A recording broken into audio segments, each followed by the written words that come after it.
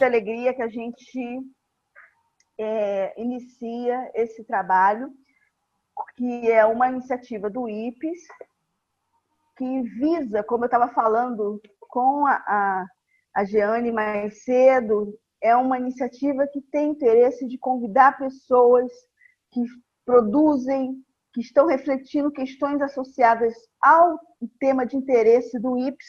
Nós temos 5 linhas de pesquisa, que são violência, políticas públicas, temos o tema da juventude e violência, temos o tema de saúde mental e segurança pública, comunicação e saúde mental, e saúde do trabalhador e saúde mental. Então, assim, são temas, todos passam pela questão da saúde mental, porque essa iniciativa faz parte do trabalho do Laboratório de Estudos de Violência e Políticas Públicas do IPES. Então, assim, é com muita alegria que a gente hoje inaugura com vocês, aqui presente, para refletirmos um tema que está dentro da linha de pesquisa Juventude e Violência, que é o livro da nossa convidada de hoje, né, que é Notificação da Violência como Fator de Proteção Social a Crianças e Adolescentes. A dinâmica desse trabalho consiste, primeiramente, a gente ouvir um pouco o autor, depois a gente faz algumas perguntas. Como nós somos um grupo pequeno, nós podemos já abrir também para que vocês participem e conheçam o trabalho. Esse trabalho está disponível no nosso site, na loja virtual, todos podem adquirir. Mas agora a gente vai falar um pouquinho, primeiramente agradecendo a presença de Jeane Lima, uma velha amiga, contemporânea, comprometida com o tema da violência, ou melhor, da proteção à violência, né, à criança e adolescente. Por isso que nós chamamos alguns colegas da educação, que nossa meta é desenvolver a área da educação dentro do IPES, porque a gente acredita que no campo da educação a gente encontra a interface, infelizmente, com o campo da violência.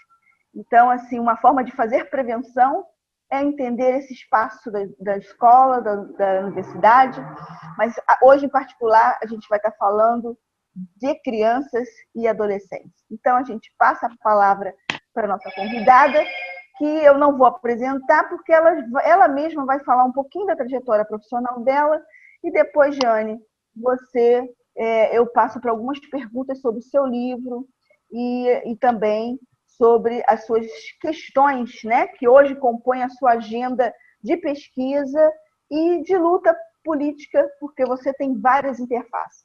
Então, fique à vontade, mais uma vez o IPES agradece pela sua presença, sua colaboração. Muito obrigada, Jeane. Nada, eu é que agradeço. Boa noite a todos e todas. Eu também agradeço o convite. Boa noite. Deise, né, que admiro bastante o trabalho. Deise é uma das minhas musas inspiradoras, né? Foram anos de apoio aí, nossas caminhadas, já trabalhamos juntas, inclusive, em espaços, em organização não governamental, trabalhávamos com assessoria, consultoria e pesquisa na área de violência de gênero, violência contra a mulher. E foi lá que eu conheci Deise, e aí foi realmente uma boa liga até hoje, né? Eu admiro bastante. Obrigada, ela costuma ser minha mentora aí, quando, sabe aquela hora do momento, eu não sei, estou na encruzilhada, quem eu pergunto? Ela é uma pessoa que eu costumo consultá-la, né? Então é isso. Tem uma produção incrível também, com publicações de livros. E é isso, a gente só tem a ganhar, e eu acho que é uma colaboração e uma colaboração mútua, né? Não sei se a pergunta um pouco é quem é a Jeane pesquisadora, né? Então, Jeane, eu sou assistente social de formação, eu sou servidora do município do Rio de Janeiro,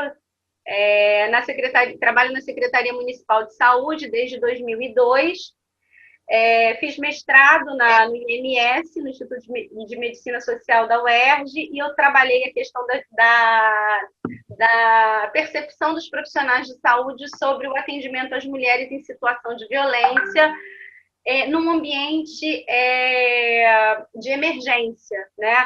naquele momento lá atrás, a porta de entrada tradicional ainda eram as emergências, né? O desenho de atenção primária começa bem depois. Então, e depois eu fiz o doutorado na Fiocruz, na ENSP, e eu trabalhei a notificação da violência sexual contra crianças e adolescentes, foi a análise da implantação da ficha de notificação. Meu doutorado foi de 2008 a 2012, aí desenvolvi a pesquisa em relação a esse processo, e depois foi a publicação do livro, né? Foi uma revisão ampliada sobre o livro. Ele foi publicado em 2018, né?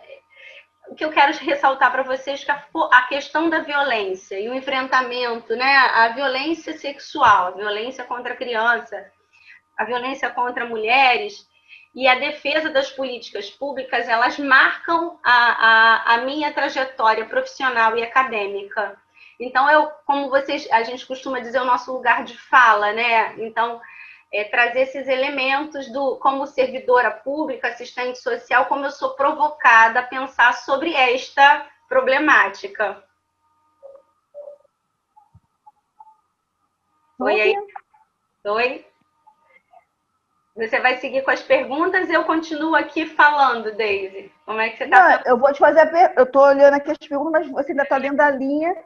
E então, fica à vontade de você querer. Você gostaria de acrescentar alguma coisa que veio a ser? Como veio esse encontro, além da sua interface como servidora pública, né?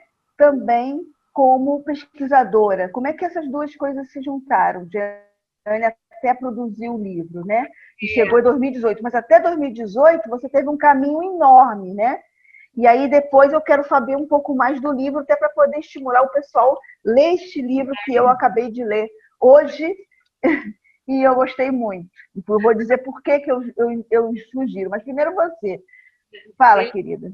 Não, ótimo, porque a própria graduação vai nos instrumentalizar para o exercício da função, né? A atuação como assistente social, mas a questão da violência marca a minha formação enquanto pessoa, né?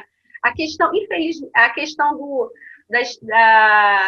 a minha origem já traz esses elementos de pensar a questão da violência, da questão da classe social, e trazer dentro da universidade, eu saio de um campo muito do privado, achando que a violência contra a mulher era uma questão que dizia respeito somente a mim, né? Que vivia algumas situações, a questão da violência no ambiente doméstico, a violência contra a mulher, são alguns marcadores, né?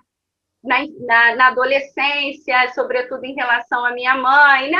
A violência a violência doméstica, a violência nesse processo aí, essas marcas, né? E a questão cultural muito forte na minha vida, né? Ruim com ele, pior sem ele. Esse caldo da herança machista que a gente até hoje escuta, mas que hoje a gente começa a nos estranhar em relação a em briga de marido e mulher, ninguém mete a colher, né? A gente começa a refletir sobre isso. E o espaço da academia, a universidade, foi um espaço muito de questionamentos, de mudanças de visões de mundo, e eu começo a entender que o problema privado, íntimo, também é um problema público, de natureza, de uma questão de políticas públicas estruturantes. A universidade traz esses elementos, né? E em seguida eu começo...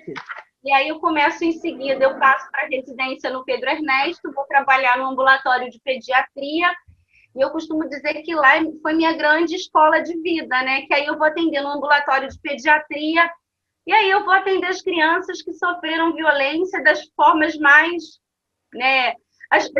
Primeiro porque nos impacta em termos de pessoa, né? E aí a gente tem que estar sempre fazendo um manejo técnico, uma concepção crítica sobre essa realidade.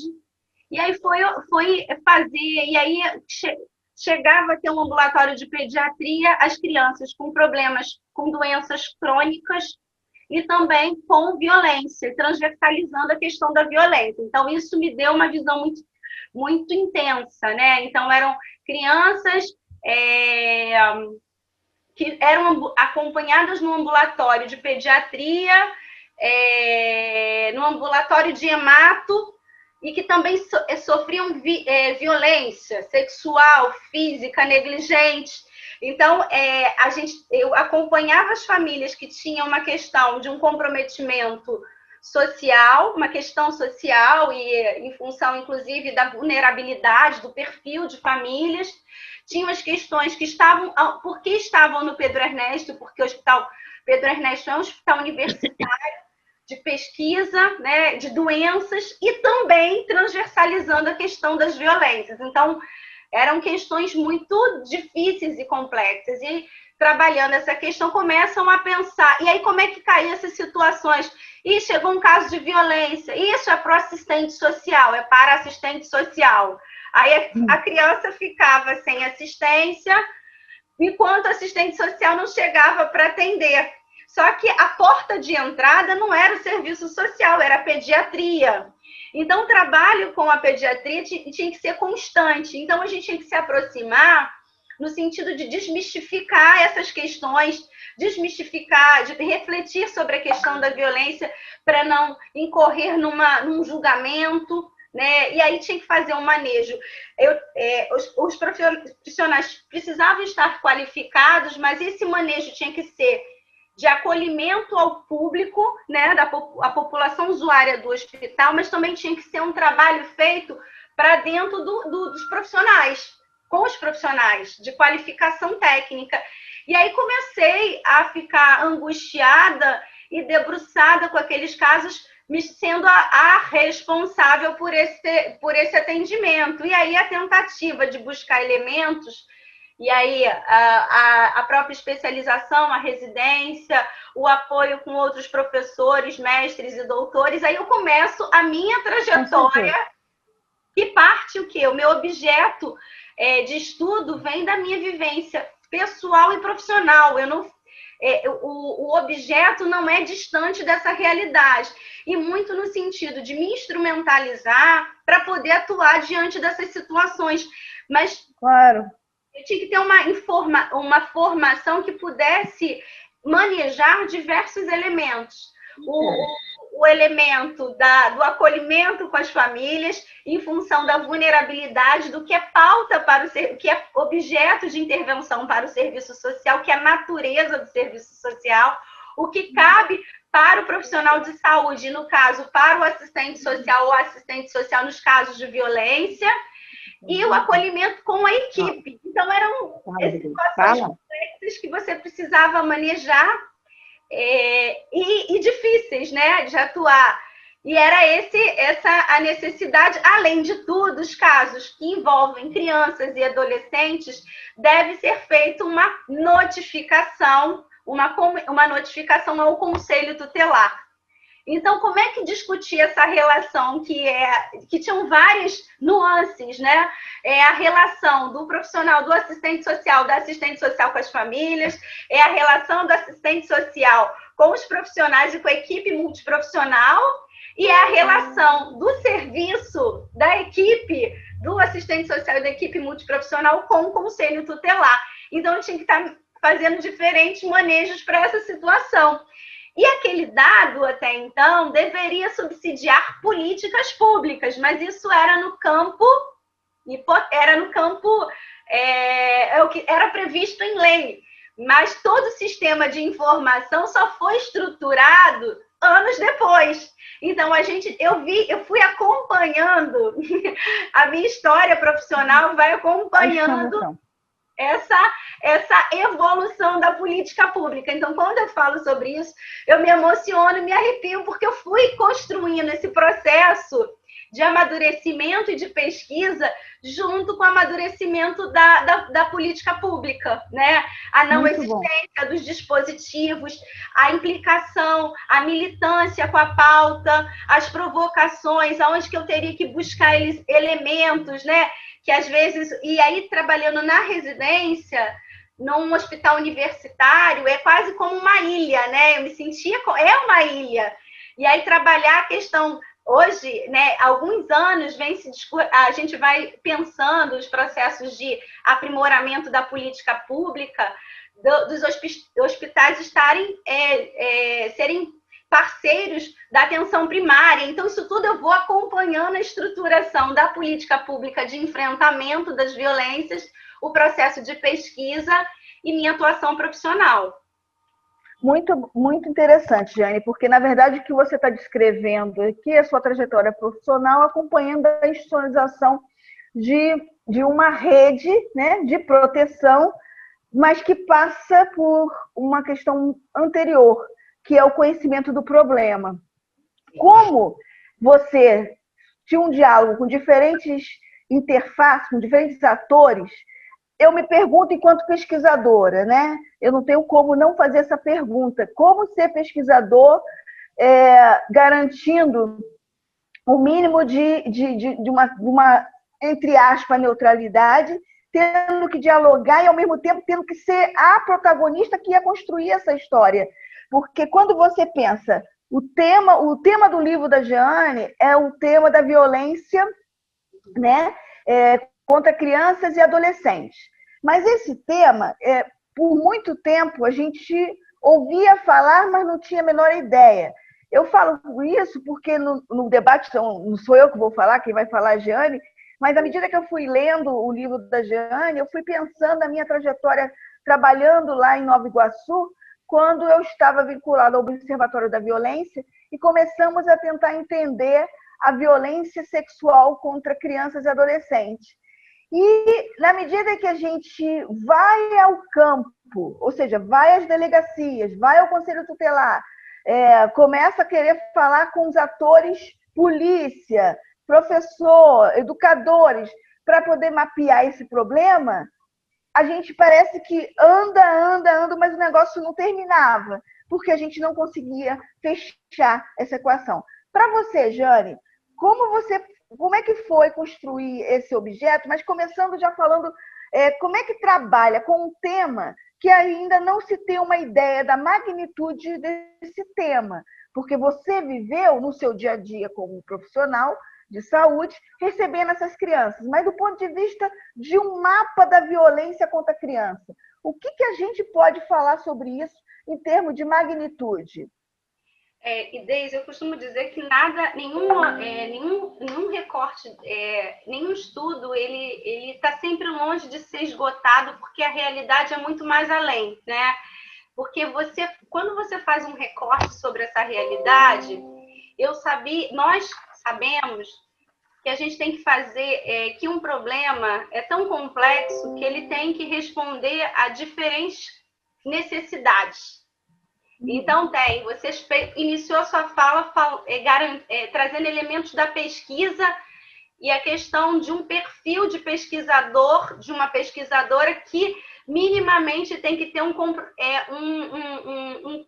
um cuidado com a questão da neutralidade, né? Você começa... Entre aspas. Entre aspas, porque eu começo a dizer que, para mim, a neutralidade não vai existir. Eu tenho que ter todo um rigor metodológico que garanta o caminhar dessa metodologia. Isso é fato, para que garantam, inclusive, possibilidades de replicabilidade de determinados estudos, mas você nunca vai garantir porque os elementos são diferentes, o contexto é diferente, os atores envolvidos são diferentes, a correlação de força é diferente, mas eu penso de que a gente já parte aí, quais são aquelas discussões quando a gente ficava lá discutindo metodologia de pesquisa e falando sobre a questão da grande pergunta, a delimitação, mas eu sou uma assistente social, uma servidora pública que tenho buscado, através da pesquisa, a qualificação da política pública.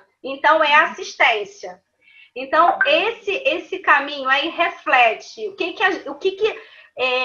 que traz elementos de reflexão. A Jeane, enquanto assistente social, profissional de saúde, e a implantação de uma linha de cuidado para as crianças em situação de violência. Eu tenho que responder o objeto que recai sobre a saúde e a relação da saúde com a rede intersetorial, porque só o setor saúde não dá conta sozinho, assim como a assistência social não dá conta, assim como a educação, a segurança pública não vai dar. A gente vai ter que discutir a transversalidade do cuidado. Então, eu tenho muito nítido esse processo desse recorte da realidade. Não estou dizendo que é um quadrado, não, mas é onde inicia e termina. Mas, assim, qual é eu vou chamar de matriciamento do cuidado, né?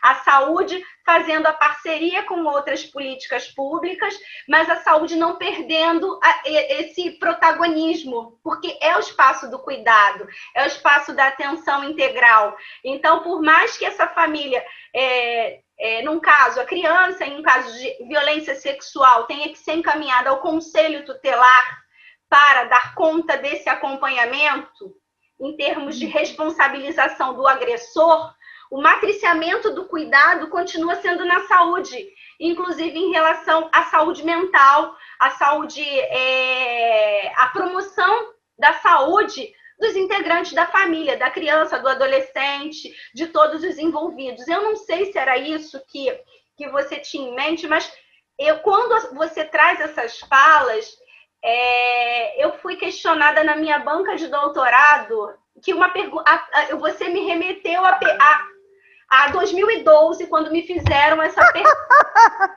Você me levou, você agora me transportou para 2012, lá atrás. E uma das professoras foi feito esse questionamento em relação de como é que era. Assim, não, então vamos parar por aqui, né? Eu e o meu jeito autêntico. Então, profissional de saúde não pode mais fazer pesquisa? Não é isso. A gente faz pesquisa. Não.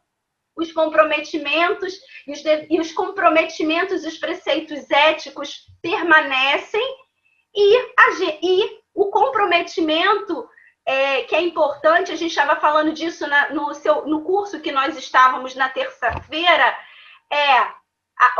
a entidade pesquisa, a militância, a causa social, o setor saúde fazendo pesquisa e qual a sua devolutiva para a sociedade, a segurança pública fazendo pesquisa e qual a sua implicação com essa realidade. Então, eu fico pensando assim, que são elementos que não devem ser adversários. São conteúdos... Não, mas não é isso. Não foi isso a minha ideia. Eu quis te provocar para poder fazer a próxima pergunta. Por quê? Porque o seu trabalho é um trabalho de conhecimento aplicado. E não poderia ser diferente. O desenho da sua pesquisa não poderia ser diferente, porque o que você está trazendo aqui você buscou na realidade um problema que você viveu na sua prática e que você queria saber como é que se responde a isso na prática. O que a ciência pode contribuir? E aí você descobre que, na prática, é preciso fazer muito além do que a ciência pode responder, porque ainda não havia o fato.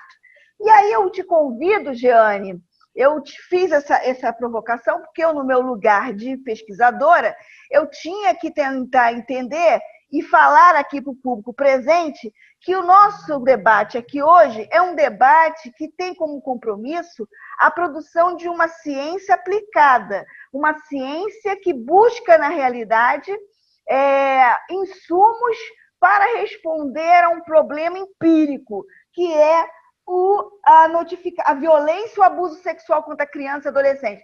Jeane, como é isso na prática? Como é hoje, se você tivesse que ver na sua vivência, como primeiramente, como é a violência do abuso sexual na prática? E segundo, como se notifica isso? Por que é tão importante se notificar, ter uma notificação compulsória, que é o capítulo 2 do seu livro, que você traz esses marcos institucionais, né? De como que nós caminhamos, fazendo comparação com os americanos. Esquece os americanos e fala aqui para nós onde nós estamos nessa situação, por favor. O serviço social só para trazer também os elementos de que o serviço social faz parte das ciências sociais aplicadas. Então, o comprometimento de cara é esse, não tem como ser outro, né? Eu não sou socióloga, eu não sou cientista político, inclusive eu sei bem clara a delimitação da minha atuação como assistente social. Então, é isso, já está comprometido, já estamos, enquanto assistente social, já estou comprometida com essa realidade, com a praxis, com uma metodologia, né? Tem uma visão por detrás disso, uma concepção sobre sociedade por trás disso, né? E aí, a questão do materialismo histórico é uma questão muito cara para a gente, né? Para quem é do serviço social e sabe disso, né? E aí eu estou falando de toda essa interpretação sobre essa realidade até chegar na questão da violência como uma das expressões da questão social, né? E aí a violência contra a criança, né? E aí eu estou falando da violência até para a gente poder desmistificar alguns elementos, né? De que um fato humano e social, é histórica, nasce com a sociedade, abrange todas as classes e segmentos sociais, está dentro de cada um de nós. Então, esse é o primeiro passo, né, para quem é profissional de saúde, poder desmistificar. Não podemos esquecer que a gente está vivendo um problema que a saúde, tradicionalmente, foi pensada como ausência de doença. Somente nos anos 70, né, o auge dos movimentos sociais, o movimento de reforma sanitária, que traz a questão, que reflete a questão da saúde no sentido mais abrangente, né? E aí trazendo elementos, né, como a questão de acesso às condições de trabalho, de posse de renda, a concepção ampliada de saúde. Então, é pensar a concepção diferenciada de saúde e a concepção diferenciada de violência, porque até então você traz esses elementos, desde aí referência para isso, da violência sendo tratada como um problema de polícia. E para a saúde, a violência é um problema que é relevante, é um problema de saúde pública, é um agravo relevante, não é uma doença, a violência não é uma doença, é um agravo, e é um problema relevante para a saúde pública. Por quê? Porque causa mortes, lesões, traumas físicos, agravos mentais, emocionais, espirituais, reduz a qualidade de vida das pessoas e das coletividades, mostra que os serviços estão inadequados, os serviços tradicionais, inadequação do serviço, né? Era o que eu trouxe para vocês no início. Eu trabalhei com a percepção dos profissionais de saúde no acolhimento às mulheres no setor de emergência. Naquele período, essa era a porta de entrada tradicional. E aí, aquela forma tradicional estava inadequada, sobretudo para atender os casos de violência e as violências que acontecem no âmbito familiar, porque nem sempre deixa marcas e nem sempre vai recorrer a um serviço de emergência. Então, a atenção primária começa a ser estruturada, o modelo de atenção primária começa a ser estruturado e a percepção dos profissionais também vão mudando e a atuação também, porque aí eu posso identificar mais precocemente as situações de violência antes que chegue a situação propriamente dita nos hospitais. Então, é disso que a gente está falando, uma inadequação que os serviços ainda não eram possíveis, né? Não estavam ainda apropriados. Isso vem mudando à medida em que há uma concepção a visão de saúde é ampliada e a visão de violência também ela é apropriada pelo setor saúde de uma outra perspectiva. E é importante trazer elementos que traz novos problemas para a atenção à saúde, novas realidades, né? Inclusive a necessidade de capacitação, de manejo, de acolhimento. Necessita, com certeza... Então, Jane, Oi?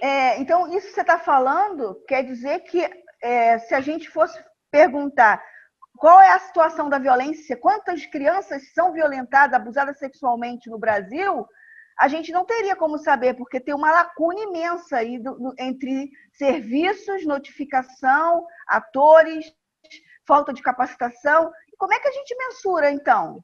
Até porque a não identificação, a não notificação incide na subnotificação dos casos. Então, o que eu quero dizer para você?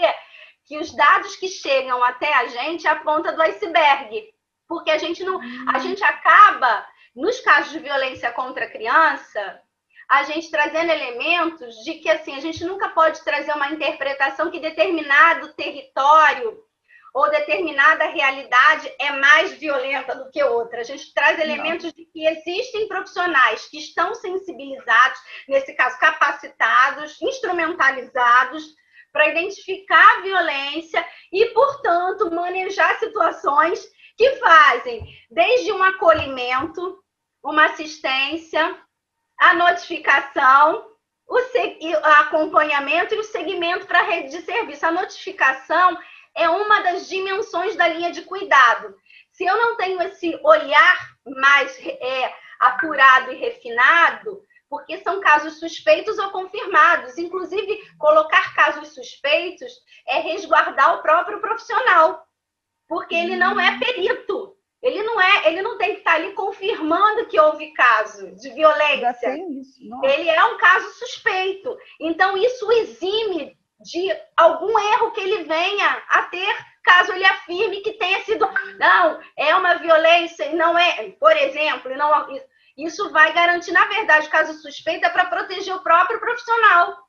E aí ele vai. Nesses casos, o que a gente... É uma série de elementos de que precisam ter, eles estão ajustados, tem que estar ajustados para garantir a notificação, mas não é só a notificação, é toda uma linha de cuidado que passa para identificação precoce dos casos, o acolhimento, a assistência, a notificação, o acompanhamento, o segmento para a rede de cuidados. E aí é isso que eu quero falar, porque a gente, inclusive, um dos grandes problemas quando eu atuava, era a preocupação em notificar o conselho tutelar. Aí eu notificava e achava que todos os meus problemas estavam sendo resolvidos. Então eu notifiquei, eu fiz a minha parte. Aí eu esqueci da criança. Aí eu notifiquei, ótimo. 4 anos depois, 5 anos depois, o nosso sistema amoroso volta pra gente. Aí a justiça diz, cumpra-se o atendimento em saúde mental. Oi? Onde que eu me perdi nesse processo? Porque exatamente eu comunico o conselho tutelar na tentativa de responsabilizar os prováveis agressores. Mas o cuidado com a criança continua sendo da saúde, continua sendo da assistência, continua sendo da educação. É todo o sistema de garantia de direitos. Então, há um equívoco também por parte dos profissionais e da saúde. Eu estou falando da saúde porque eu estudei a saúde, mas isso também pode ser referenciado para outros campos, né? Para outros, mas de que achar que notificou o conselho tutelar acabou os meus problemas acabaram. E não é por aí. Você notifica como é aquela história, aquele caso, a violência é um crime, a violência sexual é um crime, ele precisa ser. No caso de crianças e adolescentes, o fluxo é diferenciado, tem que envolver o conselho tutelar. E ele vai abrindo portas para outros órgãos que vão levantar essa materialidade dos casos. Você não pode, como profissional de saúde, encaminhar para a delegacia, né? Um caso de violência. E o professor pode? Não, é isso que eu estou falando. O caminhar o professor, né? Eu não estudei o professor, mas o professor tem que estar estabelecendo fluxos, inclusive de parceria com a saúde, porque o professor ele pode suspeitar de um caso, mas querer o quê? Ter a parceria da saúde para fazer a ponte, inclusive com os outros. Olha, eu queria que essa criança pudesse ser acolhida. Eu não sei, esse caso de violência sexual deixou marcas? A criança tem que ter, a criança, o adolescente, a mulher tem que ter acesso ao protocolo. Para quê? Para para prevenir uma infecção sexualmente transmissível, para prevenir uma gravidez, né? Então tem todo o protocolo da saúde e que é importante que a educação faça isso junto com a saúde. E aí estabelecerem um plano de cuidado para aquela criança e para aquela família, para dialogar com os outros atores, que a gente chama, né, que compõem o sistema de garantia de direitos. Mas aí eu estou falando exatamente, é importante a gente dizer que esse problema ele vai estar longe de ser esgotado, porque dependendo do recorte, ele vai ter uma série de nuances, né? A minha preocupação era de achar, a minha inquietude era de responsabilizar exclusivamente o assistente social, e essa era a minha inquietação, eu me sentia muito angustiada de achar que a assistente social tinha que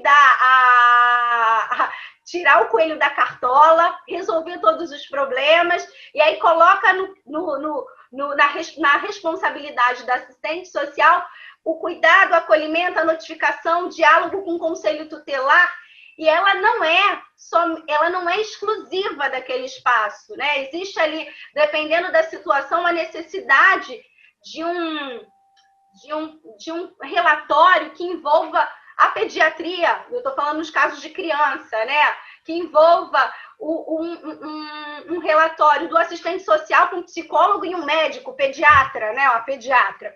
Então, esses casos demandam uma equipe multiprofissional, como eu falei. O que acontece? A violência dentro dessa perspectiva, enquanto um agravo, ela vai estabelecer novos desafios para esse sistema e um manejo diferenciado com uma equipe multiprofissional interdisciplinar, né? Então, pensando logo como ponto de partida, como contexto essa realidade.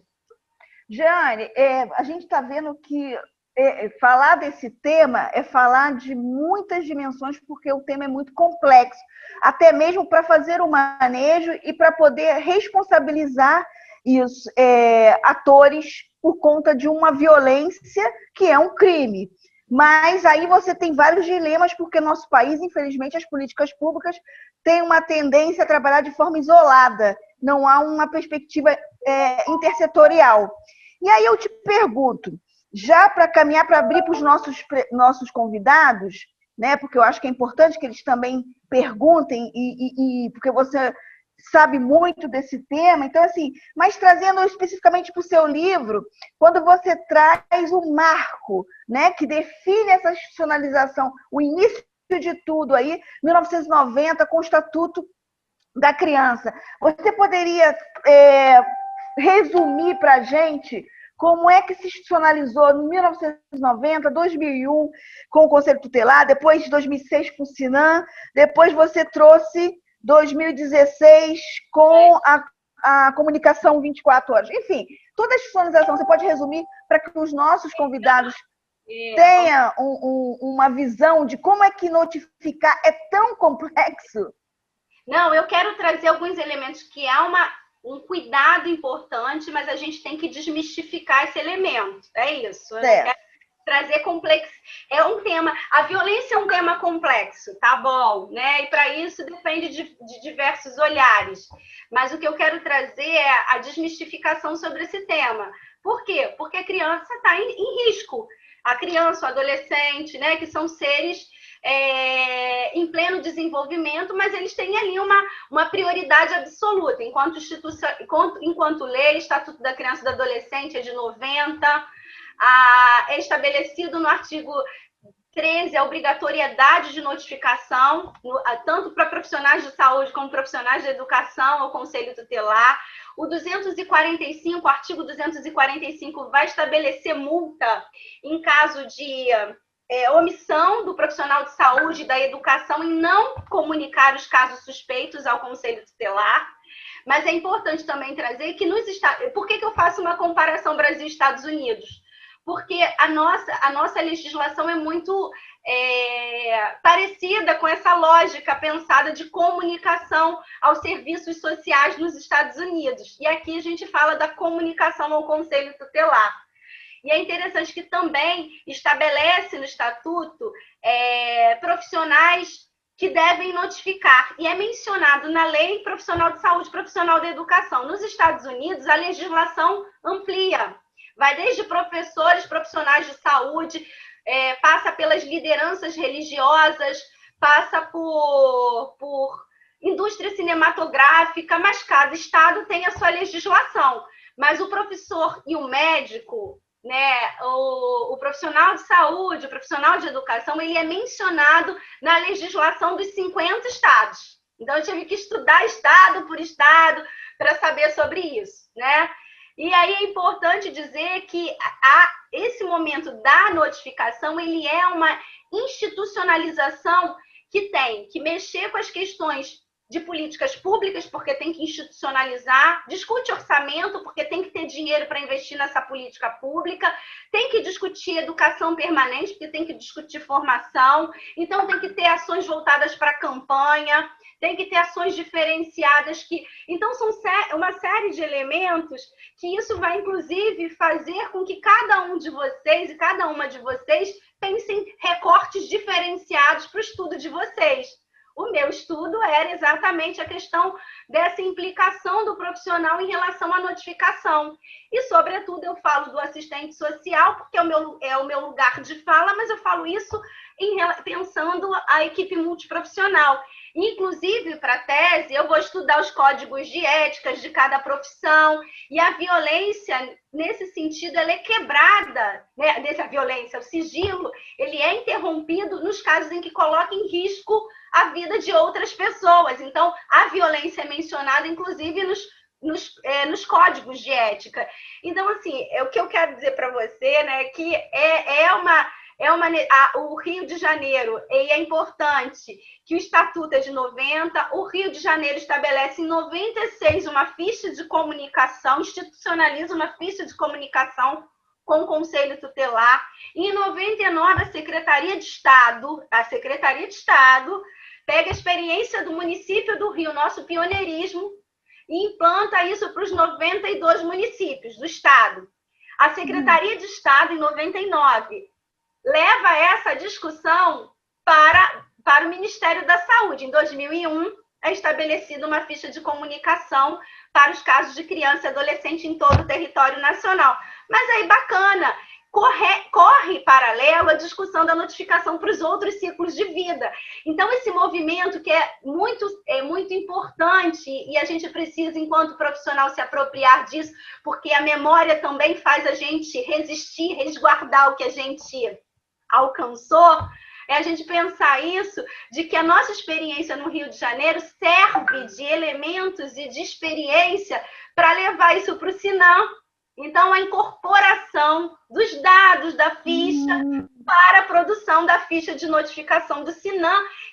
E aí, o Sinam, instituído em 2006... O que é Sinam, Jeane? Sinam, o quê? Informação de agravos de notificação compulsória, e ali tem um dispositivo para captar as situações de violência, né?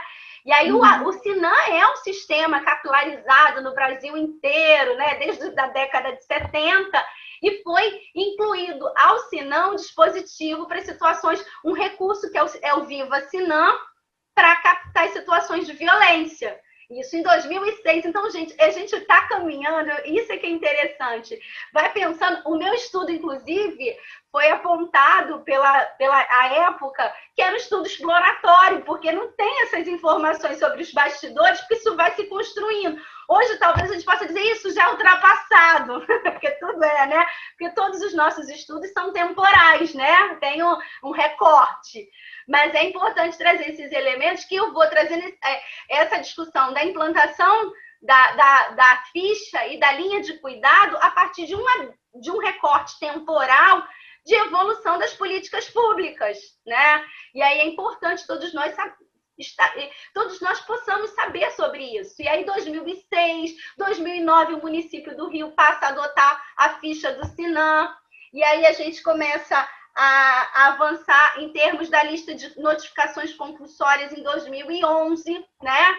E aí vai sendo estruturado, esse sistema vai ficando cada vez mais robusto, até chegar em 2016 com a portaria 204, que obriga a notificação nas tentativas de suicídio de abuso sexual serem realizadas de forma imediata ou até em 24 horas. E o que é interessante, né, Deise?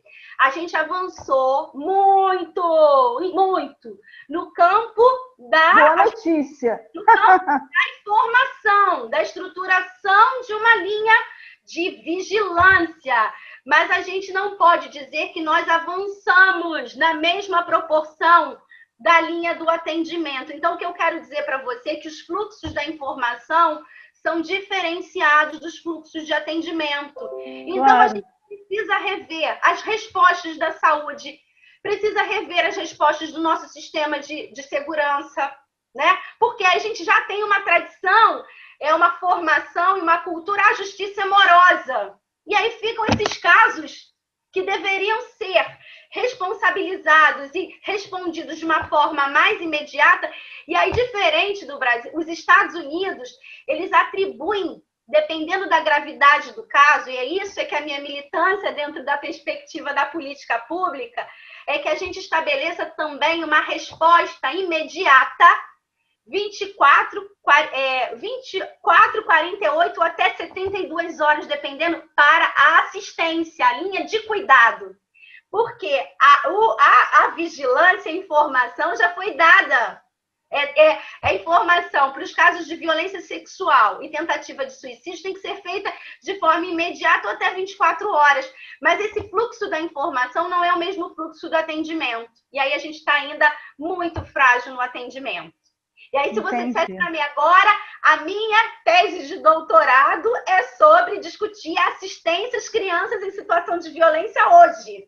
Então, sairia daí outra tese de doutorado com outras nuances, porque a gente precisa, inclusive, avançar na questão da linha de cuidado. E aí, trazendo em elementos, como você já trouxe lá atrás, de que a gente está vivendo o desmonte da política pública, como é que é a garantia dessa assistência? Então, lutar pelo SUS, lutar pela atenção primária, lutar pelas redes de cuidado, é lutar pela proteção social de crianças e crianças, adolescentes e suas famílias em situação de violência. Uma defesa, né, um direito está imbuído no outro. Então, a gente não pode trazer elementos de reflexão de que é prioridade crianças e adolescentes, o ECA está aí, mas também é prioridade o SUS, a defesa do SUS, a defesa do SUAS, a defesa da escola pública gratuita e de qualidade, porque a gente sabe que a questão da escola é um fator de proteção, e aí nesse momento de pandemia, parece que todo mundo parou, a vida parou só para viver a pandemia, e a gente já sabe que esses contextos de precarização da vida e das relações de trabalho impactam diretamente na vida dessas pessoas. E aí o que está acontecendo? Aumenta a violência. Mas eu não sei se a gente está conseguindo captar esses dados, entende? Porque se você não está acessando o serviço de saúde, como é que você está identificando? Então, a gente está vivendo o quê? Você vai discutir para mim os estudos que tem, que fazem... Aí você é boa, porque você é de dados quantitativos, Deise, que pode fazer uma inferência, se eu estiver correta, dos casos que não estão sendo notificados. Dá para fazer esse estudo, né? De um levantamento que pode ser pensado a partir de uma realidade em que a gente já sabe que a violência já é um problema que é subnotificado. Se você pegar o levantamento, se você entrar agora no site e pegar a unidade, espero que toda unidade, digamos que a gente tenha em torno de 300 unidades. Se tiver 300 notificações, porque sai um de cada unidade, a gente acha que é pouco. Mas a gente a gente sabe que é muito mais do que isso. Você tem unidades que nunca notificaram casos de violência. Tem unidades, se você for fazer um levantamento, você vai ver que em 2 anos notificou um caso. Estranho, entende? Então, a gente está falando... Vamos fazer o seguinte, eu sei que você, quando fala desse tema, quem ama o que faz, é isso. Se apaixona e fala. Mas, assim, já caminhando para abrir para o debate, eu queria que você resumisse quais foram as suas considerações, do que você concluiu com esse mapeamento dos gargalos, né? Porque a contribuição do trabalho da Jeane foi mostrar o que impede de se notificar, se há uma necessidade, se há uma... E isso não é só notificar, pelo que a gente entende na fala da Jeane, é notificar e cuidar. O cuidado tem que vir junto, né? Porque o que a gente vê é um descompasso aí da assistência com a notificação. Enfim, Jeane, como é que você conclui para que a gente possa caminhar para a abertura do debate. Comprem o livro, adquiram o livro, né? Não, mas você conta para a gente, né? É a primeira coisa, eu tô brincando, é lógico, né? Porque no livro vai ter como aprofundar a temática, né? Exatamente, a comparação entre os dispositivos americanos e brasileiros. A percepção da gestão sobre esse processo, porque não dá para implantar política pública se você não tiver o comprometimento do gestor. Mas aí você está falando de um gestor que é técnico, boa, mas você está falando de um gestor responsável pelo executivo, né? Um prefeito que tem que implantar essa ação, né? Uma prefeita, por exemplo, né? E aí tem que institucionalizar isso para suas secretarias, né? Secretaria de Saúde, Secretaria de... Então, você está falando da necessidade de um manejo em diferentes instâncias. Quando eu fiz a pesquisa, eu trabalhei com quem? Com o profissional, com o gestor, né? Com o profissional de saúde e com o gestor. É aquele público mais direto na assistência. Mas eu estou falando de que com essa problemática é o que eu apontei, é assistência, é acolher, é saúde e é formação. Então tem que ter formação, tem que resguardar o nosso resguardar a nossa estrutura, de resguardar, ampliar, investir na nossa rede de cuidado. Porque é isso, a gente tinha uma atenção primária que chegou a uma determinada cobertura. Hoje, a gente tem clínicas da saúde fechadas. Então, a gente está vivendo o quê? Um desmonte dessa estrutura. Então, a gente precisa pensar sobre isso. Né? É uma rede de cuidados para pessoas em situação de violência. Então, a gente precisa resguardar essa rede. A gente precisa pensar em estratégias de prevenção, né? Como é que a gente envolve outros setores para prevenção, outros segmentos, estabelecer fluxo, uma linha de cuidado em que a questão da violência é um marcador, mas que ele pode ser proporcionado recursos para que as famílias possam superar a violência, né? E aí, quais são outros mecanismos que você estimula, inclusive para pensar formação, as lógicas de promoção da cultura de paz, que transversaliza, que não fica só na saúde, vai para a escola, né? Vai para outros setores da sociedade. Então, tem que ser um discurso intersetorial, tem que ter investimento, tem que ter capacitação. Uma coisa que funcionou muito na micropolítica, né, que eu também visitei as unidades de saúde e falei, é a discussão dos casos, né, a discussão de casos no cotidiano dos serviços. Isso, por mais que pareça coisas que pareceriam óbvias até para uma criança, né, mas isso não acontece. Então, são dispositivos de cuidados muito dispositivos que são fáceis de serem implementados e que não precisam de recurso, mas que muitas vezes, por N questões, inclusive a falta de tempo, a dificuldade de amarrar agendas, né, a gente não consegue garantir, mas a gente está falando de um dispositivo muito tranquilo de ser estabelecido, que é uma discussão para não fazer essa criança, essa adolescente, esse adolescente, essa família ficar repetindo várias vezes a mesma história, né? Apontar perspectivas de cuidado que ampliem o acolhimento para além da violência, que é isso que eu fico, porque às vezes a gente se apega muito à questão da violência, né? E a gente não valoriza os outros elementos potenciais de cuidado. Então, a gente precisa fazer sobre isso, né? Um manejo adequado para essas situações. Muito bom, Jeane. O seu trabalho realmente é o início de um longo trabalho, porque, na verdade, não se fecha, não se esgota, né? Mas você está de parabéns por ter dado início a essa história, né? Porque o que você está contando é a história da institucionalização, notificação do abuso sexual contra criança e adolescente no Brasil, né? Assim, é muito importante a gente falar sobre isso. E abrindo, porque eu acho que às vezes se alguém gostaria de perguntar, para a gente não ficar concentrando o debate, né? O importante é ter vocês também participando. A gente abre, já agradecendo a Jeane pelas suas considerações, e quem quiser fazer pergunta está aberto. fique à vontade. A Natália tem a pergunta. Então, Natália, abre a telinha, porque um debate que a gente não vê as pessoas é uma coisa meio esquisita. Então, por favor, vamos socializar os nossos rostinhos, gente, por favor. A Rosana Martinelli, da UFRJ, a Mites foi minha ex-aluna, Sérgio, Vanessa, Jaqueline, galera, tudo da minha... Pois é, mas querem ficar no anonimato. Natália. Podem abrir né? Olha, quem quiser, né? Não é? Abrir a... Natália, o que você levantou a mãozinha? É para bater palma ou era para perguntar?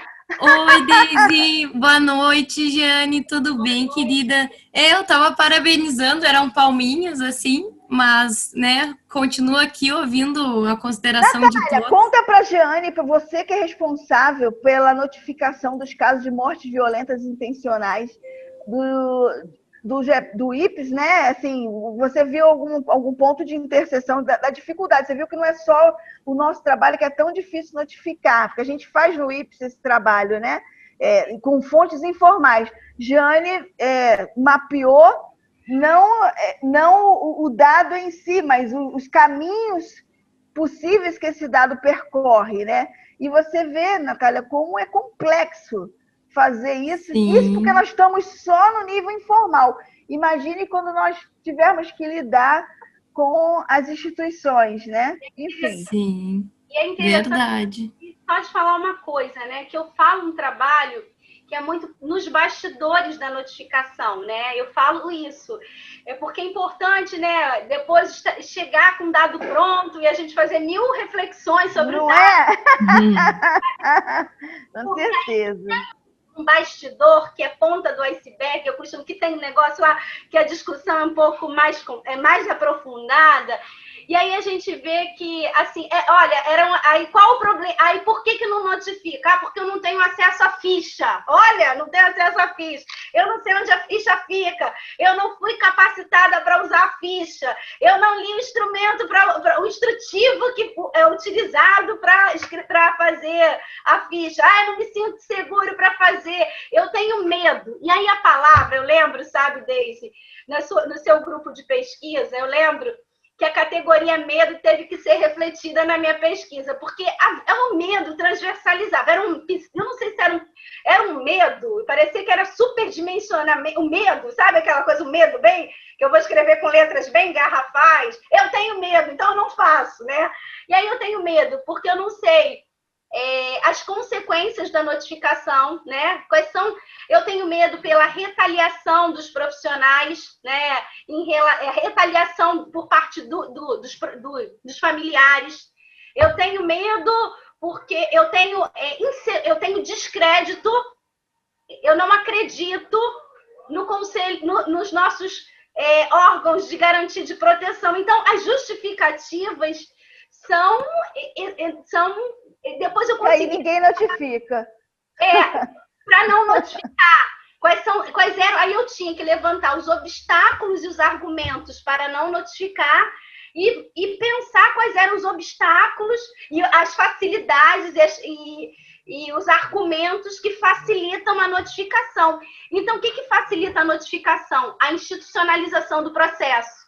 Ter a política pública facilita a notificação.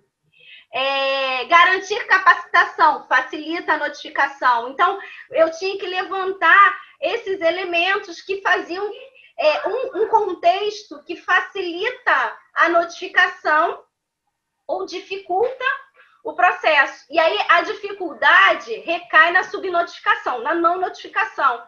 A potencialidade facilita. E aí é isso, olha, eu sei que é importante notificar, é previsto por lei. Todos falaram sobre isso, todos conheciam, mas achavam que somente notificar ao Conselho Tutelar era o suficiente. Então, vai passando por uma série de elementos ali que a gente precisa entender os bastidores para a gente garantir que esse dado, essa realidade, mas, sobretudo, esses casos, se aproximem, de fato, dessa realidade, né? Então, eu acho que esse é o grande desafio da gente. Investir nas políticas públicas, né? Para a implementação do Estatuto, do SUS, né, da legislação que compõe o SINAM, que é o Sistema de Informação, para que garanta essa efetivação. E aí eu vou dizer para vocês que o Rio de Janeiro é a segunda maior capital do país, mas a gente tem para mais de 5.000 municípios, e tem muitos municípios que ainda não notificam casos de violência. Então, é só para a gente pensar o quanto que a gente precisa investir para que esse processo... E aí é a notificação, mas também investir numa linha de cuidado, porque a gente está ali... Aquele dado é uma família que está sendo... É uma criança que está sendo violentada, negligenciada. Então, a gente tem que olhar... Não é um dado pelo dado, mas é o dado com a história de vida de algumas crianças. Com certeza. Alguém mais gostaria de perguntar? Obrigada, Jane. Deise. Dália, fica à vontade. Essa, na verdade, é uma pergunta, mas é mais uma reflexão, porque eu que trabalho em escola e que estou no ensino fundamental, escola pública desde os anos 90, mas tenho experiência em outras áreas privadas, etc. E uma questão que eu queria colocar para você refletir, talvez até, quem sabe, né, você na sua dissertação, na sua tese agora, você pudesse trabalhar, mesmo que não seja o seu foco, mas, enfim, o que eu quero refletir? Esse abandono que você falou, e esse medo, ele está presente na escola também. E me parece que a escola é o espaço com menos condições reais de fazer essa roda andar. Então, é preciso mesmo pensar numa institucionalização. Eu acho que a força da pesquisa, né, precisa caminhar nesse sentido. A gente não pode mudar o mundo com a pesquisa, mas os homens que têm o poder, eles têm que pensar seriamente nisso, porque eu vou ao posto de saúde, eu vou ao conselho tutelar, eu vou ao Ministério Público e muitas vezes para tudo. Você não vai conseguir desenvolver um trabalho porque não tem essa linha de circulação de uma política realmente efetiva, de valorização disso. Você encaminha uma criança para um psicólogo no posto, ele fica 2, 3, 4 meses. A mãe também às vezes não vai, mas quando vai, fica 2, 3, 4, 5 meses para ser atendido. E o conselho tutelar também muitas vezes não tem recurso. O conselho tutelar vai fazer aquilo que a escola também faz, que pede, manda para o posto. Aí, como o conselho tutelar tem um pouquinho mais de prestígio por conta da ligação com o juizado e essas coisas, às vezes até os serviços acabam descobrindo um santo e cobrindo outro para dar atenção às crianças que sofrem violência, não só de abuso sexual, mas violência doméstica, castigo físico, violência física, simbólica, enfim. Então é isso, Jane, é mais uma reflexão para somar com você a nossa angústia dentro da escola de ver tantos problemas e a gente tenta segurar com a mão, mas eles escapam pela nossa mão porque falta isso. No máximo tem cobrança. Cobrança da secretaria em relação a você, ou cobrança dali em relação à escola, e fica essa coisa de todo mundo culpando todo mundo e ninguém chega a uma conclusão, né? É um pouco isso. E você está falando assim, é uma pessoa aqui, a Cidália, que se envolve muito com as coisas e sofre também bastante com isso. Mas acha muito importante a gente continuar pesquisando essas questões. Eu acredito sim, Cidália, que a gente possa pegar esse estudo, eu costumo dizer que não é esse estudo, mas essa experiência, né, esse lastro de experiência, para a gente pensar outros contextos e outras realidades e como a gente se debruça sobre isso. E eu falo para a Deise que, como ela tem um projeto Escola que Protege, poderia ser um caminho da gente pensar, assim, essa coisa dessa realidade, se aproximando da escola, para a gente poder identificar como é que está esse... explorar, como diz o meu, que o meu também foi uma pesquisa exploratória, explorar essa realidade, que nesse caso é um ambiente escolar. Eu super topo, eu estou aí, pode ser meu pós-doc, entendeu? Pode ser uma outra oportunidade de pensar sobre isso, né? Outra coisa que é importante a gente levar em consideração e que você falou que também apareceu como dado na minha pesquisa, porque foram várias informações, né? Foi ainda a falta de compreensão do papel do Conselho Tutelar. E é isso que você traz, né? Que aí a gente fica sem saber qual é o papel. O Conselho Tutelar, ela é uma instância que fiscaliza o cumprimento do Estatuto da Criança e do Adolescente. E aí o profissional, quando encaminha para o Conselho Tutelar, acha que todos os problemas serão resolvidos naquele ambiente. E não, gente, não será. Não será. A nossa rede, a nossa atenção primária, a nossa rede de cuidado na saúde e na assistência que vai fazer esse manejo, esse matriciamento, esse acompanhamento dos casos. Porque o Conselho Tutelar, como já foi dito, ele vai discutir, inclusive, os fatos em que a necessidade de responsabilização. Então, é um outro caminho. E outra coisa que a gente precisa levantar é que a própria legislação do Conselho Tutelar estabelece que a cada 100 mil habitantes tenha um Conselho Tutelar. O município do Rio de Janeiro tem mais de 6 milhões de habitantes. Então, a gente tem uma deficiência, uma carência de conselho tutelar de cara. A gente não tem nem 20 conselhos tutelares, acho que a gente tem 18 conselhos tutelares. Então, a gente está em deficiência de 60. E aí, a gente achar que é o conselho tutelar que vai primeiro, já tem uma compreensão equivocada do que cabe o papel do conselho tutelar. E segundo, né, saber que há uma carência, inclusive, porque o Rio de Janeiro, as cidades, de um modo geral, dificilmente obedecem essa legislação. E aí você saber que a cada 100 mil tem que ter um conselho, você vê o quanto que tem de carência. Então, são 60, no mínimo, 60 conselhos tutelares aqui no Rio de Janeiro. Então, a gente tem carência de equipamentos assistenciais, a gente tem carência de conselhos tutelares, né? A gente está com redução, com carência na atenção primária. Então, a gente está vivendo essas realidades. E aí, como é que você atua diante disso? Né? Tem que ser muita resistência. Oi? Não termina, que eu quero só ler um comentário que fizeram. Não, é isso que eu queria dizer. É para a gente pensar de que uma discussão vai levar a outros elementos, entende? E aí foi ótima a contribuição de Cidália, porque a gente tem que pensar, estudar essa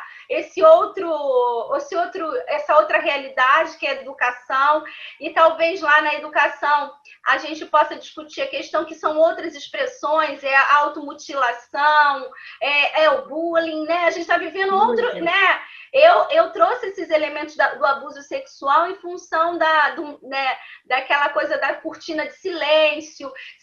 Um impacto agravante, mas na educação a gente pode fazer, inclusive, um recorte para a gente pensar como é que está esse processo de identificação, não necessariamente para todos os tipos de violência, né? Porque seriam muitos braços, mas de chamar algumas situações como a automutilação, as tentativas de suicídio, enfim, que é o que a Deise tem aí trabalhado com o comprometimento aí com a missão do IPES. Okay. Jeane, obrigada, Cidália, pela sua contribuição. A Rosana, acho que sua amiga, agradece aí. Gostou de. Queria te ouvir. Eu convido a Rosana, se ela quiser falar, que ela coloca muitas questões para refletir. De fato, só o que a Jeane botou uma agenda aí de ações, de reflexões, de política, de agenda de pesquisa. Enfim, mas esse que é o bom do debate, porque senão a gente sabe que a gente avançou, mas falta muito. Então, assim, se a Rosana quiser falar, a gente passa para ela, senão o Wagner está levantando a mão. Rosana, você gostaria de falar? Eu gostaria de agradecer, né, a possibilidade, né, de ter esse momento, ouvir vocês, as questões, a Jeane também. Acho que traz questões realmente assim muito relevantes, e eu fiquei assim entre os vários questionamentos, né? Eu fico sempre muito preocupada com essa questão de como fortalecer as nossas instituições a partir também de pessoas mais bem formadas, né? De profissionais, de gestores, porque me preocupa já de longa data, né? Quando se trata assim, de questões que envolvem a violência, a falta de credibilidade de cada um de nós, né, de uma mulher, de uma adolescente, um adolescente, um adulto, em fazer uma denúncia, né, até onde eles podem acreditar que aquilo ali, né, vão encontrar profissionais, vão encontrar uma instituição sólida que realmente poderão lhes dar respaldos. Então, acho que a gente precisaria ver, né, como aprofundar os nossos processos de participação, dos princípios democráticos, ainda mais no contexto tão adverso como o que nós estamos vivendo, né? Mas nesse sentido, não é uma pergunta, né, Jane, mas é mais assim a expressão de uma preocupação, porque você nos traz uma robustez, possibilidades a partir, né, da experiência americana e do que nós já temos construído aqui no Brasil, mas como que é essa interface, né, desses esses adolescentes, dessas nossas famílias com as instituições e os profissionais? É um desafio, Rosana, que a gente vai continuar aí, que está tanto do lado da militância quanto do lado de nós que estudamos as violências, né? E cada vez mais se amplie como que essas violências estão interligadas. Porque falar de bullying, falar de autolesão e falar de tentativa de suicídio, sem falar de violência, abuso sexual, parece... Você tem aí os dados, a gente acabou de fazer uma pesquisa que mostrou que abuso sexual está altamente associado a questões de saúde mental, como também outras formas de violência verbal, emocional, né? E, infelizmente, aos casos de tentativa e de ação suicida em meninas. E isso eu vejo em vários estudos, tanto americanos como nacionais também. Então, assim, é só mais violência para a gente ter que combinar as antigas violências com as violências que estão na moda hoje, no sentido da agenda de pesquisa, né? Então, assim, como que as instituições vão lidar com isso? Como que nós vamos trabalhar? E esses atores que estão no âmbito da escola, do âmbito do conselho tutelar, da saúde, da segurança pública, como é que a gente articula isso se nosso país não trabalha com política pública intersetorial? Eu vi isso quando eu estive em Caxias, quando eu perguntei por que a gente não pensa um trabalho com a Secretaria de Saúde e a Secretaria de Educação, porque é complicado. Mas o complicado não responde, né? E aí, como é que a gente faz? Não faz? Não faz. É importante, eu acho que é o agente, eu acho que a universidade tem que estar junto com o serviço. Com certeza.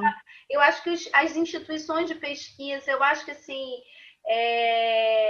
essa atividade extramuros é muito potente para ambos os serviços, né? Eu costumo dizer assim, eu vim de um processo na Secretaria Municipal de Saúde que já tinha um histórico de... É isso que eu falei, havia um investimento, um pioneirismo datado de 96, né?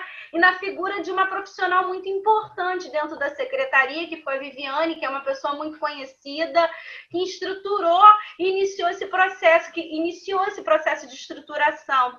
E aí eu participo dessa linha histórica, né, que eu costumo trazer esses elementos, com a introdução dos dispositivos aquela coisa da institucionalização enquanto política pública, governo federal, os avanços, né, da política pública no Ministério da Saúde, a estruturação das linhas de o estabelecimento da Política Nacional de Redução das mortalidade por acidentes e violências é um grande marco para quem está na pauta da violência, né, 2001. Né? Então, essa política marca definitivamente a entrada dos acidentes e das violências na agenda da política pública, é um divisor. Né? Então, você tem 2001, depois tem 2004, a rede de implantação, a rede de cuidados para municípios, estados, universidades, gente. E aí, o que eu vejo? Cadê os diferentes instâncias lendo esse instrumento, se comprometendo a partir do seu lugar de fala?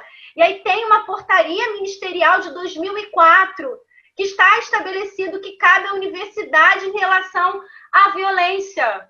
E aí por que não se aproxima serviço e universidades, centros de pesquisa. Então, é isso que a gente precisa, é o que você fala, precisamos pensar isso de uma forma mais integrada. Cada um, a temática, ela nos mobiliza, essa é a pauta de todos nós. Mas como é que a gente se agrega a esse processo? E aí, essa política de 2004 é importantíssimo. E aí eu fico falando, vocês já ouviram falar na política de 2001? A maioria dos profissionais não sabe que essa política existe, a política nacional. A maioria dos profissionais desconhece a portaria 204, que estabelece atribuições das universidades, dos centros de pesquisa em relação à violência. Então, a gente não pode também deixar o serviço agonizado lá, pedir socorro. A universidade tem que estar junto com a gente, centros de pesquisa. Eu falo isso muito para o Claves, né, que é a nossa instância nesse caso, para pensar as parcerias, porque institucionaliza os núcleos nos municípios do Rio, nos municípios do Brasil afora. Então, a gente tem o Sinan 2006, depois a gente tem a lista de notificação em 2011, depois tem todas as outras políticas estruturantes, até chegar a 2016, e a gente fala da necessidade de notificação imediata dos casos de tentativa e violência sexual. Então, tem uma institucionalização, e isso é importante, o profissional, os profissionais, a gente reconhece essa institucionalização, mas aí como é que a gente trabalha de forma integrada? E aí a gente está ainda, cada um no seu quadrado, cada um na sua realidade, cada um obedecendo às suas necessidades de produtividade. E a produtividade se revela de forma diferenciada em diferentes campos. A produtividade na saúde é o atendimento, né? A produtividade nas universidades, no centro de pesquisa, é a produtividade. É o pesquisador que mais publica. Entendeu? E aí a gente espera, aí cada um se vê imbuído nas suas questões, e aí a gente não trabalha de forma mais integrada. Eu acho que o desafio é muita emoção, professora. Então vamos caminhando aqui já para o nosso finalzinho, dando a palavra para o Wagner, né? Porque nós já estamos 1h30, é uma polêmica muito grande, mas a gente tem espaço para isso. O IPES foi criado, que é o Instituto de Pesquisa, Prevenção e Estudo do Suicídio, justamente para combinar atores de diferentes segmentos.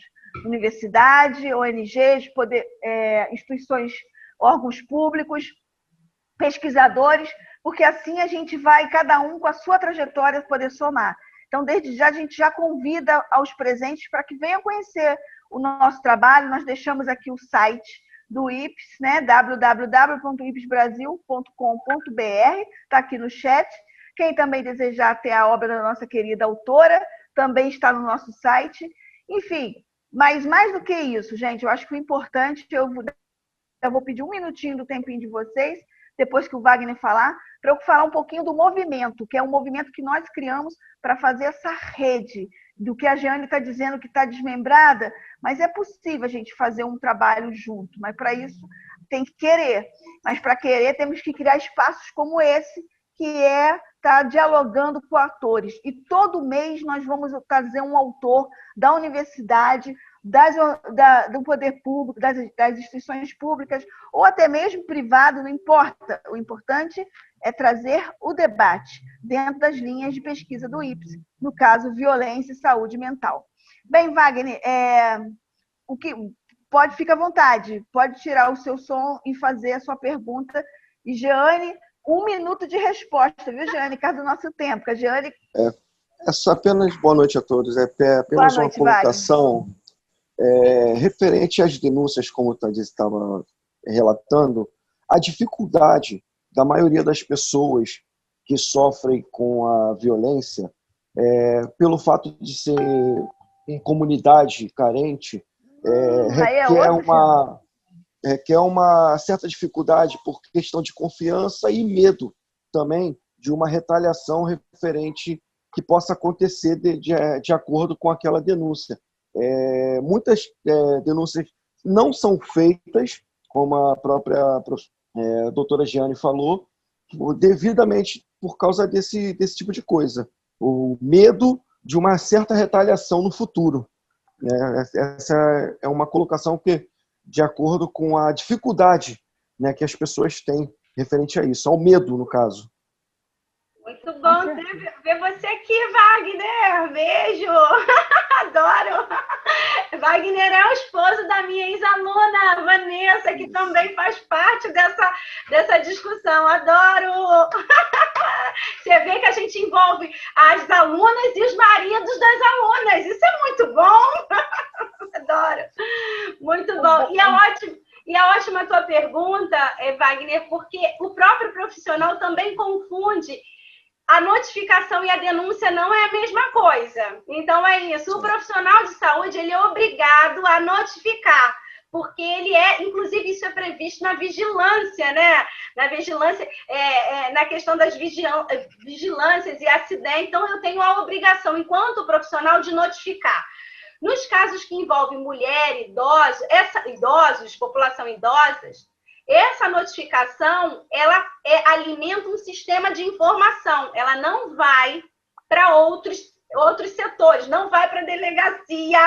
Por isso que eu tenho argumentos suficientes com essa discussão de que o profissional vai ter que informar. Não tem, porque não é atribuição, e eu tenho argumentos suficientes para trazer esses elementos.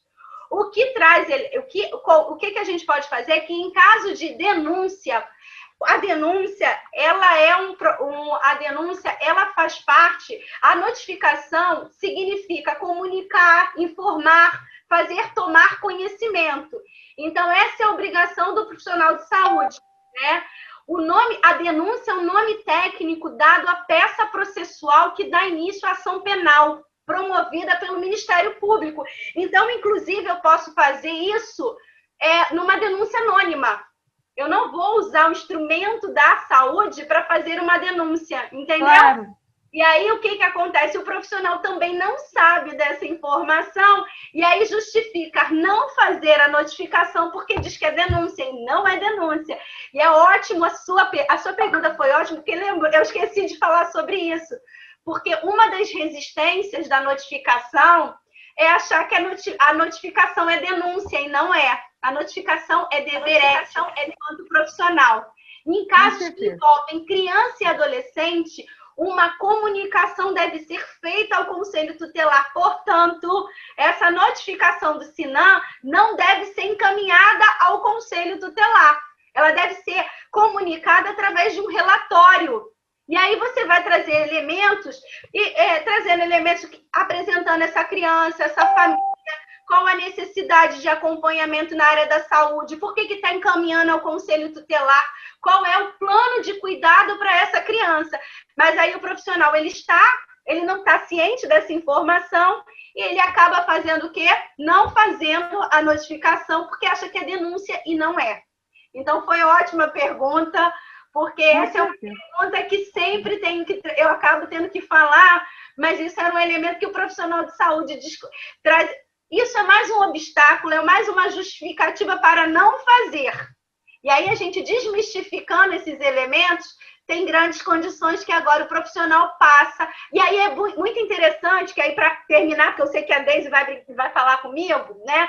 Mas o que a gente observa? Que quanto mais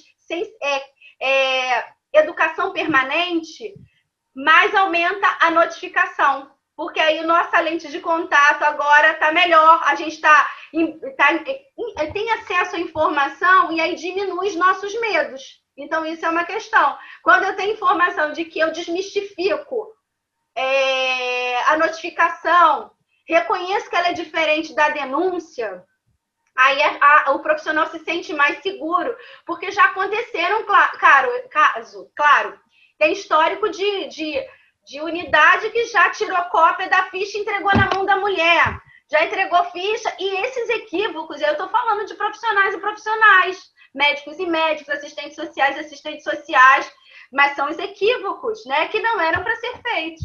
Mas é isso, a gente precisa saber que a diferença de denúncia e notificação não é a mesma coisa. Ótimo, muito boa a explicação, Jeane. Gente, a gente agradece a presença de todos vocês. Adorei ver vocês. Olha, a gente agradece, Jeane, você pelo seu entusiasmo, pela sua vontade de contribuir, pela sua vontade de investigar, de trabalhar, de colocar a mão na massa. É isso que caracteriza a Jeane. Mas, assim, e já nesse espírito de botar a mão na massa, eu convido vocês a conhecerem esse movimento aqui, ó. Eu vou levantar para vocês verem. Movimento Amigos da Prevenção. É um movimento que visa integrar a rede que já existe. Ao invés das pessoas trabalharem em seus departamentos, em seus escritórios, na sua realidade específica, porque dentro da universidade eu sou professora universitária, mas aceitei o desafio de criar o IPES. E o grande dilema de estar dentro de mais de 13 anos na universidade é que a gente escreve, produz para nós mesmos. E o que a gente tinha dificuldade era de dialogar com essa realidade, principalmente porque a gente trabalhava com segurança pública. Então, com o IPES, a gente está tendo possibilidade de conversar com atores sociais que vinculam as instituições de educação, de segurança, da educação no sentido como um todo, e colocar a pesquisa à disposição da sociedade. É isso que a gente está tentando fazer.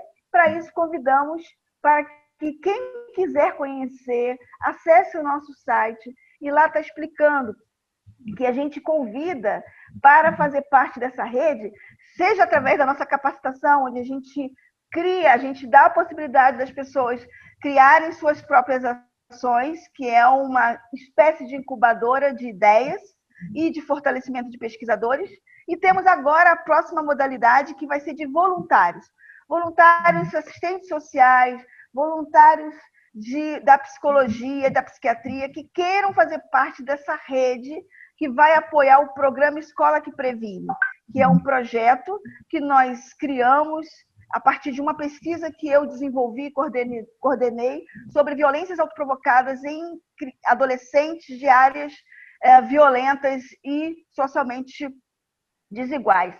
Com isso, a gente conseguiu criar o programa, e hoje esse programa está na sua segunda versão, e já estaria na terceira se não fosse a pandemia, mas, infelizmente, aconteceu, mas o ano que vem a gente espera levar mais 2 escolas. Mas, para isso, a gente precisa de pessoas que queiram ser voluntárias para levar a assistência, levar o atendimento a essas pessoas de forma complementar, com o apoio do desenvolvimento do programa. Ela não vai substituir a rede pública, não vai substituir a rede privada. Ela vai dar o apoio para quando nós fizermos a intervenção, nós não sermos irresponsáveis de intervir numa realidade e não ter uma resposta imediata, né? Como a Jane colocou. Tá, a gente notifica, a gente interfere, a gente faz o projeto, mas e aí faz o quê com aquela criança que pergunta para você: o que a senhora veio fazer aqui? A senhora não é psicóloga? Eu sou cientista política. Veio fazer aqui para dizer para mim que eu sofro bullying? Que eu estou deprimido? Eu quero serviço, eu quero médico. E aí, o que eu faço com isso? Nós criamos o programa Escola que Previne. Esse programa é uma tentativa de promover habilidades socioemocionais e criar uma rede de multiplicador de prevenção de suicídio no ambiente escolar. Só que isso sozinho não basta. Nós precisamos ter psicólogos, psiquiatras e assistentes sociais para nos acompanhar na inserção desses ambientes. Quem quiser saber mais, está no nosso site, está lá o dossiê do programa Escola que Previne. Então, assim, gente, é um prazer ter vocês. Como eu disse, todo mês teremos um convidado. O convidado do próximo mês é o Padre Lício, que é um sobrevivente de suicídio e que vai contar a sua história de um pai que se matou e ele teve que ressignificar a sua vida porque ele é padre. Ele é um padre que buscou, através da sua espiritualidade, não a espiritualidade institucionalizada, mas a espiritualidade, a encontrar resposta para aquela dor existencial. Então, vocês estão convidados para estar conosco no próximo mês. Na semana que vem, nós temos o ciclo de palestra. Rosana, que trabalha na universidade, divulgue nosso trabalho. Nós temos o ciclo de palestra. Nós convidamos estudantes de pós-graduação que tenham concluído seu mestrado e doutorado, para vir apresentar sua tese nesse ambiente, para que a gente possa divulgar e ter, claro, a universidade no IPS, porque a ideia é um instituto junto com a universidade e com outras instituições da sociedade civil como um todo e governamental. Mais uma vez, obrigada, Jeane, parabéns pelo trabalho e parabéns pela sua contagiante fala, porque o que faz a diferença, nós precisamos de pessoas mais apaixonadas, e a Jeane é uma pessoa apaixonada. Obrigada, gente. Boa noite a todos vocês. E desculpem por ter passado da hora. Parabéns, Obrigada, Jeane, gente. parabéns. Tchau, parabéns. Tchau, querida. Obrigada, Tchau. amiga. Até a próxima. Tchau, tchau.